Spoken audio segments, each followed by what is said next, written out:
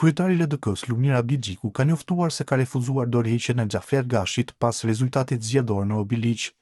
Abdigjiku ka thënë se humbjet sikurse fitoret janë pjesë e një rrugtimi të gjatë politik, ku qëllimi i përbashkët është gjithmonë më i madh se çdo betejë vetme.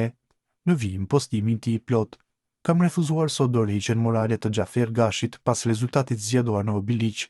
Humbjet sikurse fitoret janë pjesë e një rrugtimi të gjatë politik, ku qëllimi i përbashkët është gjithmonë më i madh se çdo betejë vetme.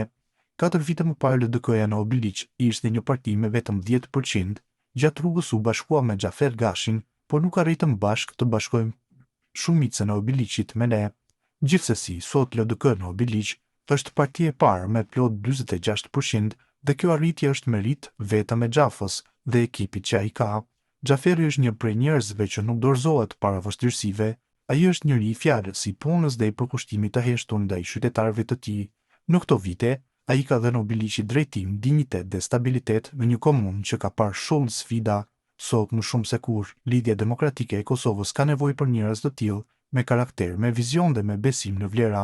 Prandaj kam rikonfirmuar Xhafer Gashin në pozitën e tij brenda LDK-s si në degën e Obiliqit, ashtu edhe në kryesi e Këshillit të Përgjithshëm, sepse LDK nuk i braktis njerëzit e saj në një moment të vështirë. Përkundrazi, LDK di të trajtojë edhe fitoren edhe humbjen me plot dinjitet. Ky është një mesazh për çdo aktivist, çdo kandidat e çdo qytetar që beson në punë e në dinjitet. Ne nuk matemi vetëm me një garë, por me qëndrueshmëri, me besim në njëri tjetrin, me përkushtim ndaj Kosovës që duam të ndërtojmë. LDK-ja qëndron dhe bashkë me të qëndron edhe Xhafer Gashi në të gjitha sfidat përpara si simboli i qëndrueshmërisë, i besnikërisë dhe i misionit ton të përbashkët, ka shkruar ndër të tjera Lumir Abdigjiku.